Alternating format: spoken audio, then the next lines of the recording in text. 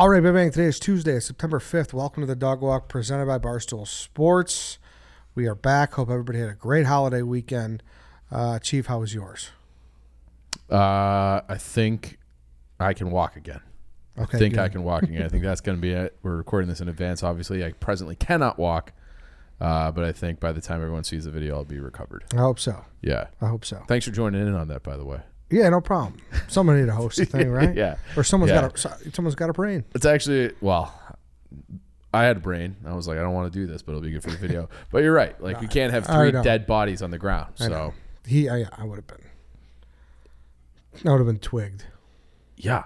Yeah, it was bad. Yeah, it was bad. But it looked bad. What are you going to do? What you're gonna do is right. Better than mine and Cole. Yeah. Yeah. It's better than mine and Cole. Yeah. Good outlook. All right, Bears fans, you know the deal. It's the number one partnership in the city, the Chicago Bears and Chevy Drive Chicago. Those things are a match made in heaven. The CHICAGOLAND and Northwest Indiana Chevy dealers are proud to announce that they are the new official partner of the Chicago Bears. Tailgating this year just got a whole lot more exciting. So pop the tailgate of that Colorado, the Silverado, all those classic Americana Chevy automobiles. You can find them at your local Chevy dealers. Just go to ChevyDriveChicago.com. Go Bears. Figure it out. I can't wait to do it. I'm going to look at the tracks. I'm in the market for a car. I need a good tailgate truck, a good tailgate car. So something you can throw a cooler in, the dogs, maybe the grill. Head on down to Lot B, the South Lot.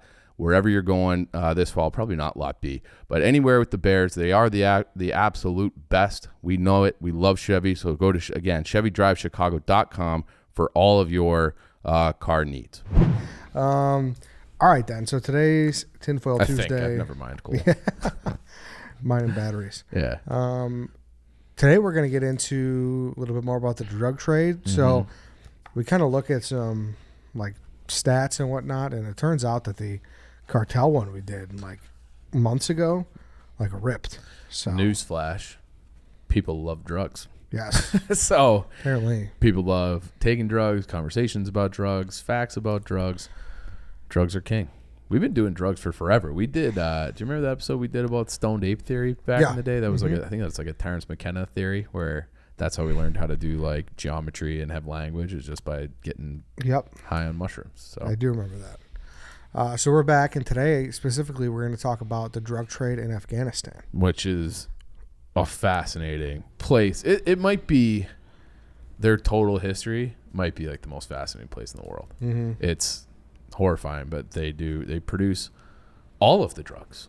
They produce all of, like, basically they said anywhere between in a given year, and things are always changing because it's so unstable, but between 80 and 95% of all heroin and opium production, because they both are made from a poppy, come out of Afghanistan. That's hard to believe, though. It's kind of at the crossroads of the world. Like, you think about like the old, like, you know, Marco Polo, like the original Silk world. Like, you're going through like that Eastern Asia part of the world, and that was kind of like an interesting place to start, where it's like you think about they've been invaded in one way or another by the three greatest militaries who ever existed. Great Britain invaded in the 1800s because they were looking at Afghanistan like the Romanovs and the ancient Russians were like, their empire was growing, and they're like, we don't want them to come down through these mountains, take India, which was like, they had so much wealth because all the spices and all the shit out of India. So like, we need like a place that can be a buffer. So they tried, the British tried to take over Afghanistan in the 1800s. Couldn't do it. It's like this place that's like impossible to conquer. And then what really tripped off the drug trade in Afghanistan and drug production in Afghanistan was the Soviet invasion of Afghanistan in 1979. So 79, and if you look at, have you ever seen pictures of Kabul? Look this up. Kabul in like 1975. And it looks like kind of halfway decent. If you look, they have like roads and like the people are wearing like more modern clothing, and it doesn't look like, you know, they got some attractive women here wearing skirts. Like, it doesn't look like the what we think of as Kabul and Afghanistan. It was like an emerging Middle Eastern country. And then you get to they have, but it was always pretty tightly allied with the Soviet Union, because the Soviet Union wanted it as a buffer against the West and some of these other Eastern Bloc places. They're just like, they wanted that same Afghanistan. They always saw, like, people are like, this is like an impenetrable piece of land. We better get it so people can't attack us this way. So they had a very close relationship. This guy named Hafizullah Amin gets elected president or prime minister or something like that in 79. And there's a lot of thinking that, and evidence that this Hafizullah Amin was a CIA asset, that he was getting help, funding, you know, all this stuff from the CIA, because the CIA wanted to, and there's a great podcast called Blowback. They have this, the CIA wanted to set a trap to get the Soviet Union to have their own version of Vietnam. And that's really what happened. So this Hafizullah Amin, he's like, gets elected. It's a communist country, but he's more tightly allied with like the hardline Islamists. So he starts firing all these, like, and not just firing, persecuting, murdering, snatching people up, making people disappear. He was only in power for like, it was under 6 months before the Soviet Union was like, all right, he's systematically like taking out all these like people who are in positions of power that are part of the Communist Party. So they go in and try to invade. And first sounds like a similar story to us. They went in, you know, with like 10,000 troops at first. Then they increased it to 30,000. Then by the end of the first year, it was 100,000. And they went in 79. By 85, they had 500,000 troops, and it was just like they're at war. They were having their Vietnam. Like they stepped into they took the trash. They took the bait. And they were just locked into this war. And all the while that was going on, that is when the drug trade really started thriving, because prior to the invasion, you had a big time agrarian society in Afghanistan, but they were growing like normal shit. We're growing cotton, we're growing rice. There was some poppy production, but it wasn't like the most dominant thing. Then when the world, like when their country got destabilized through war, the farmers were looking around. It was like, I can't get my cotton to the marketplace and get it and ship it out of the country because we're in fucking war, and all. It became like impossible to get like your legal goods out of the country. Well, there's always a market for drugs and smugglers and ways to get illegal drugs or illegal products out. So all these farmers that were growing cotton and all these rice and all this other shit switched over to start growing poppy, and they had it was a war-torn area, so you had all these like mujahideens who were like the fighting force against the Soviets, where they would like give you protection and they would get your drugs to the border, and right across the border in Pakistan they had all these like heroin and opium refineries. So you grow the poppies, you harvest them, you ship them across the border, you get your payday, and like everybody kind of wins. And so it was the fact that they couldn't sell cotton, because it was like, how do we get fucking cotton to the international market? You can't, because it's like, well, we're gonna have to get our cotton somewhere else because it's too expensive to get it out. It wasn't too expensive to get heroin out because the profit margins were so much higher. So everybody just turned to heroin, and the production, okay, they produced so much, and this happened pretty quickly after the war started. By 1981, Afghanistan was producing so much poppy that the global price for heroin and opium dropped by 20%. So it's like a supply and demand thing, like anything else. They're making so much drugs and getting it out of the country that everywhere in the world the price dropped by 20%. No shit. It's a huge fucking production boom. It doubled twice. Okay, so it doubled in 82, and then it doubled from there again in 1983.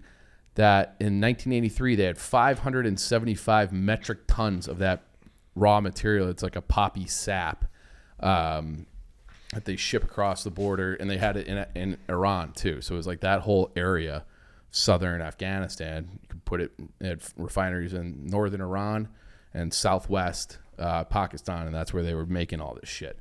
So it was, and became a thing where like the Mujahideens were getting, they were getting some money off of that too. So it was like everybody was profiting from this illicit drug trade while they're at war.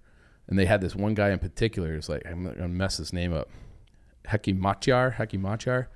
He was one of their leaders for the Mujahideen. You ever seen the movie Charlie Wilson's War? Tom Hanks. There's a scene in there that our friend White Sox Dave raves about, and rightfully so. You like Emily Blunt? I do. She's in like a small role in like the first 5 minutes. She's insanely hot. You gonna look that up? Think it'll be on MrSkin.com or no? No, not Mr. Not Skin. like that? No, not apologies. nude. You would. I bet you would have seen it if it was nude, Emily Blunt. Probably. But it's still like you didn't know she had a fastball like this. She comes out like smoking weed, in her underwear, singing a song, and you're just like, this might be the hottest girl of all time. She looks incredible. Anyways, Charlie Wilson was like this congressman from Texas who just got like fascinated with, and he's a very interesting guy too. He drinking problem, loved hookers, loved cocaine, and then he'd show up to Congress and he would just like kind of get shit done. And he was like the guy who was really funding or like the point man in Congress for the CIA in this war against the Soviets.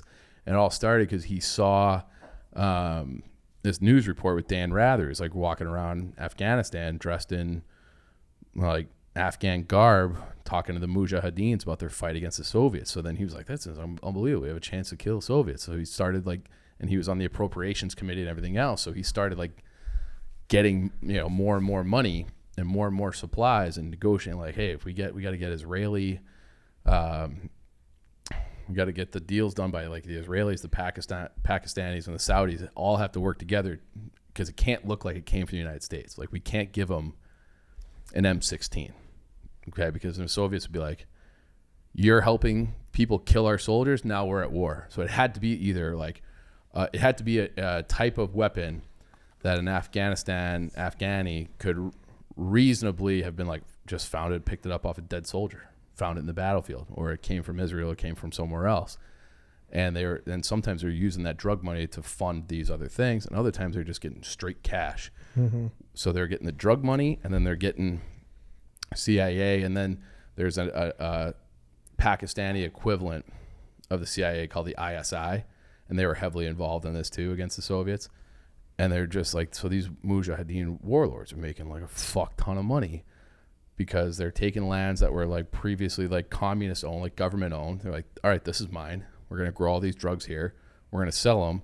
And then we're also going to have like dual income streams because we're getting money to buy weapons and fund soldiers and do all this shit against the Russians from outside governments like the CIA and from Pakistan's ISI. So it was fucking crazy. And then another big customer for the drugs in Afghanistan, the Russian soldiers. So you had 500,000 people, but it's not like, there's a lot of downtime. And they finally, they would never allow for, everything's heavily censored over there. They would never allow, any real information to get out until Gorbachev was like, all right, you can write a real book about it. So they interviewed some author, interviewed all these soldiers. He's like, we had unbelievable amounts of downtime where we're on guard duty in the fucking mountains, but there's nobody around, some fort in some far off place in Afghanistan. So he's like, all we had time to do was to do drugs and alcohol. And they did hashish, which I guess is very popular over there, but they did a lot of heroin and a lot of opium. They would make this tea out of the opium. And they would hallucinate. And the quote was that the opium was an anesthesia for the soul because it just made you not feel anything. So when you had to mow down villages and stuff, they had no problem being these brutal people because they were high on opium while they were engaging in fights and security details against the Afghan people. So it was like, it sounds like the worst war of all time. The only thing I've ever seen of it was fucking Rambo 3. You ever do the Rambo 3? I never finished it all. Okay, so you did the first one, right? Yeah, uh-huh. So Rambo 3, it's like, I can't remember the premise exactly, but he just ends up in Afghanistan fighting against the Soviets alongside the Mujahideen. So he's just like, I'm with these guys. Mm-hmm. As Stallone, is Rambo, but I can't remember the plot, but he was over there. So then they pull out 1989, and by 1991, this is where it was like they reached 85% of the world market. They were doing 4.6 thousand tons of opium I think it was every month. Like they were just a shit ton of opium, and then the Taliban started to rise. And the Taliban, supposedly, they were originally like an arm, because there's a big power vacuum, right? So they were like an arm, supposedly, of the ISI. So the like Pakistani intelligence agency were really kind of running the Taliban through the 90s, because they had all these different factions and tribes and Pashtuns and Tartars and all these different people. And then it's like that. You don't want that going on your border.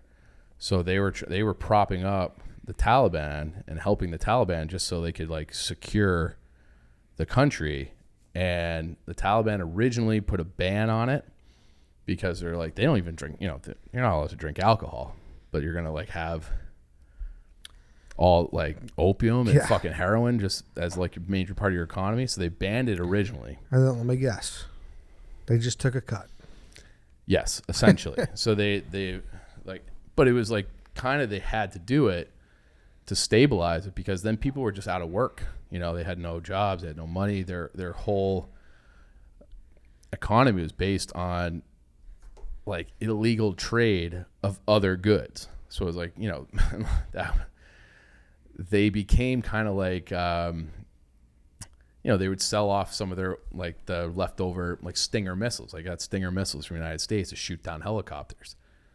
And there's like documentation that they were selling those, like finding ways to smuggle those out of the country and sell them to like Pablo Escobar.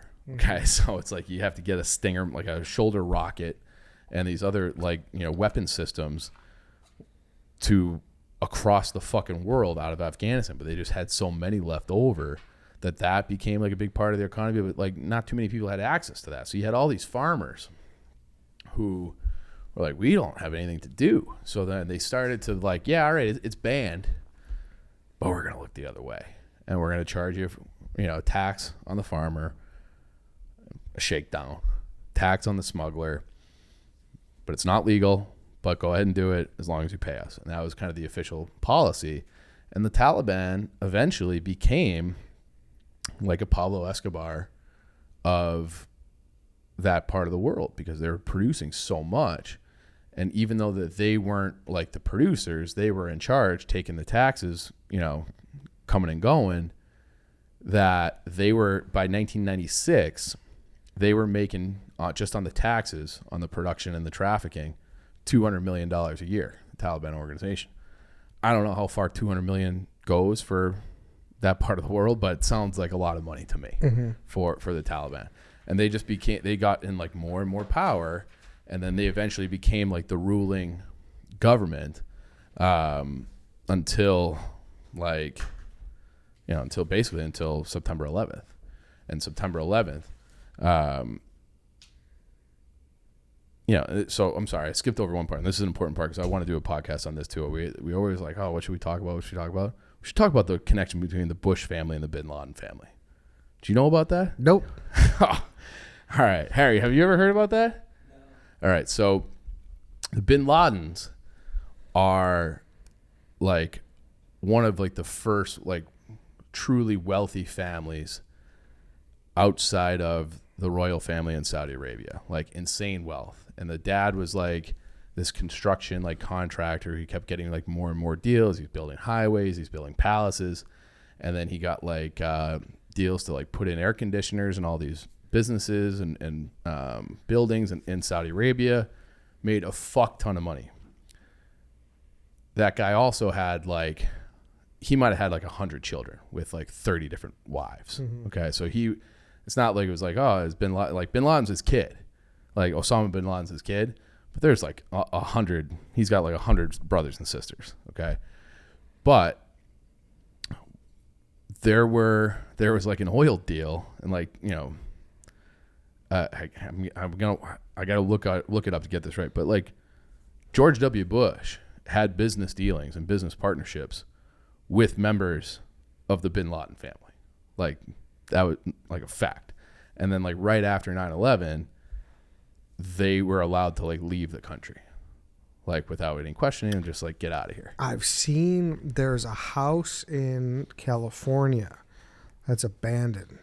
I think it's California. Okay. There's a house somewhere in the U.S. that, because as you know, I'm like a big weirdo with that kind of thing. Yep.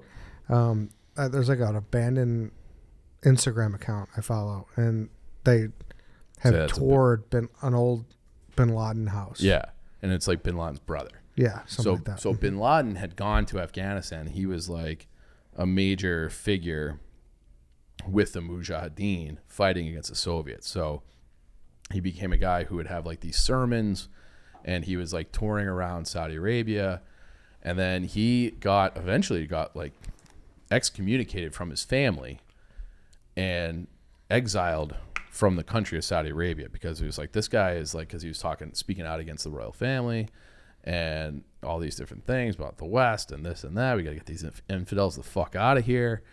And so they kicked him out, and he went to Sudan. But there's like businesses and bank accounts and bank transfers where, even though he was quote unquote like exiled and not a member of the family anymore, there were still like people who were, you know, loyal to him and sending him money while he was in Sudan, and then he eventually made his way back to Afghanistan. But the Bush family and the Bin Laden family were like, had a decently close relationship. So we should definitely explore that one more, because that's like one of those things where it's like, what? Like the thing that set off like really our entire lives, the defining moment that kind of like changed the world forever. The two principal guys are the President of the United States, George Bush, and a guy that he used to do business partners with his family. Yeah, but can I be honest? I need to hear a lot more, because if he had 100 kids, it's one of those things where totally. But there's 8 billion people in the world. Yeah, he was a bad apple, no doubt. And I'm not saying like, you know, it's not like conspiracy theory-ish. Like, I'm not saying anything like that. Like, but it's just like, what a crazy coincidence that of all the families in the world. Yeah, for sure. And then to have the two names like define that moment are those two guys. And it's like, well, they've, you know, he's known that guy's brother for 30 years. Like, that's fucking crazy. Yeah, that's crazy. True.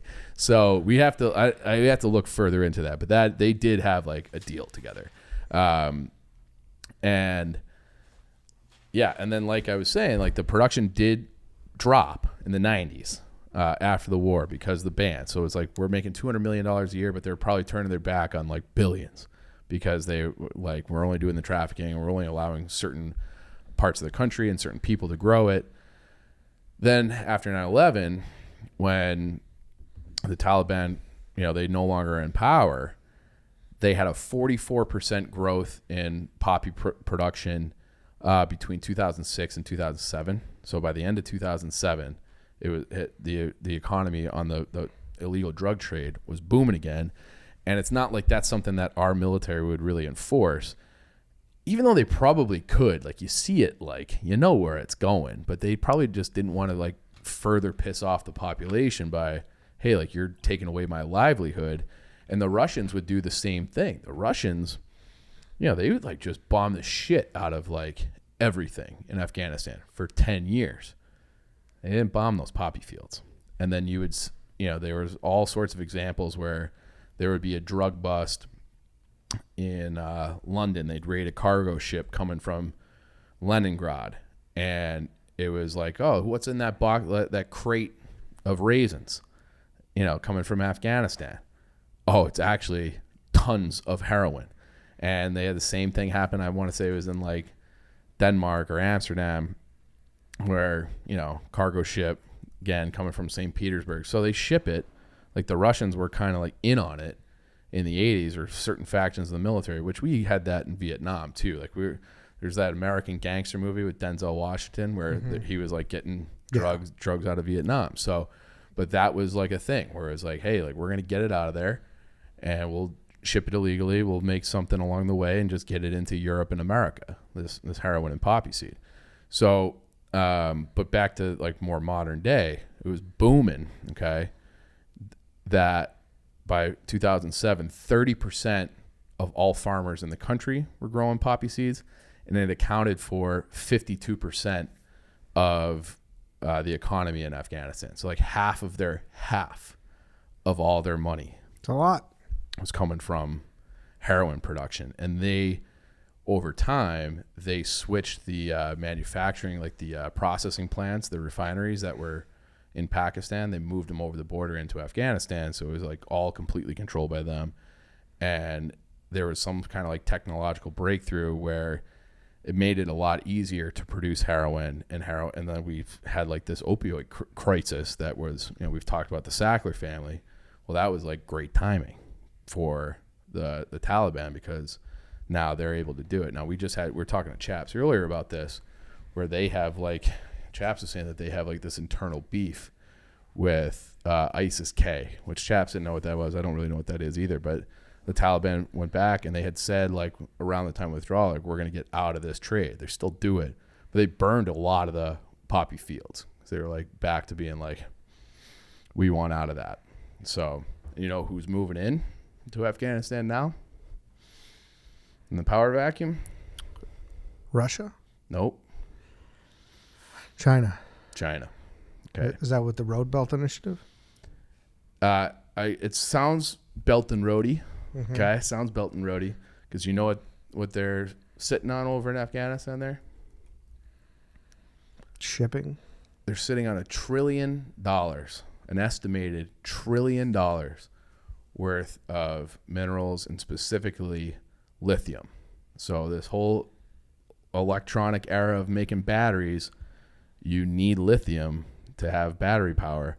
Afghanistan has a fuck ton, and we could never stabilize our relations with them long enough to be like, we have to set up this mining facility. It was like you start to build a road that would go towards a mine, road gets blown up. Like it was just like you just couldn't get, the lithium, right? China's going in, hey, Taliban, why don't you let us mine that lithium? We'll cut you, whatever. So they're starting to do mines to get after the lithium. So if they're decreasing their illicit drug trade, they're increasing their and it's still the same people, right? It's the same. It's the Taliban, but they're gonna be like, they're sitting on an estimated $1 trillion worth of very valuable minerals that like you need in this 21st century. And China's got they're setting up mines in Afghanistan, like it's already started mining these different mountains. So what's to be done about that? What can you do? Yeah. Just buy the lithium from China when they eventually have the entire market cornered. That's what's going to happen. Same thing with like phosphorus, right? So phosphorus is a type of fertilizer that you need to grow. That you need to. They make all sorts of different shit over there, but they have like 95% of phosphorus, which you need for agriculture. They ship it all over the world. Comes from China, Russia, and Ukraine.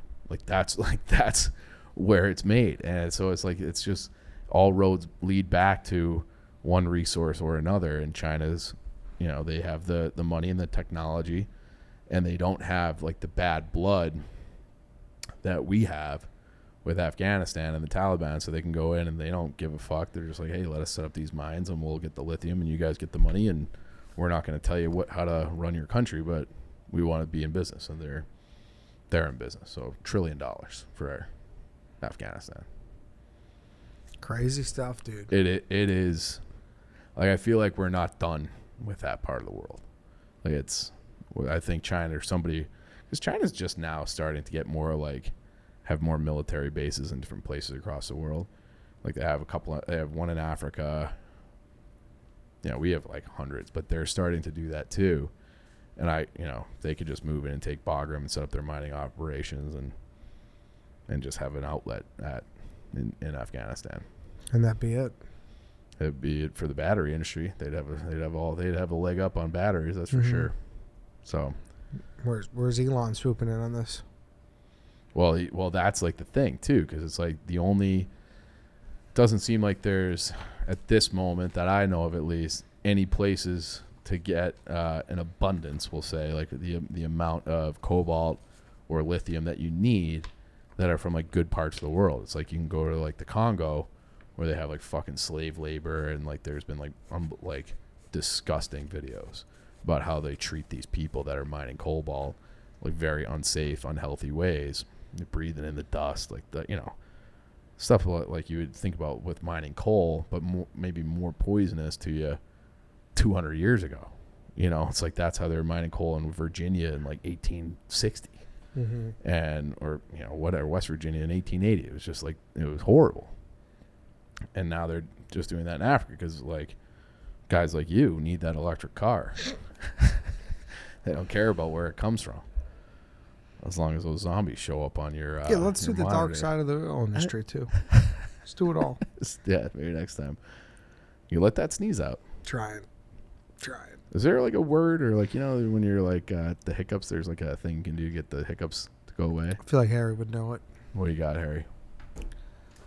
I always did the trick where you drink water with a paper To towel. sneeze? Oh no, I thought you were doing to get rid of the. Well, that the sneeze hiccups. is gonna be bothering you all day. Yeah, it crept back up the hole, and it's just sitting there. It is. Yeah. All right then. That's it. Crazy Drug stuff. lords in Afghanistan. Drug lords. All right, everybody. Thank you for listening. Thank you for watching. We'll be back tomorrow with a free swim. We'll see you then.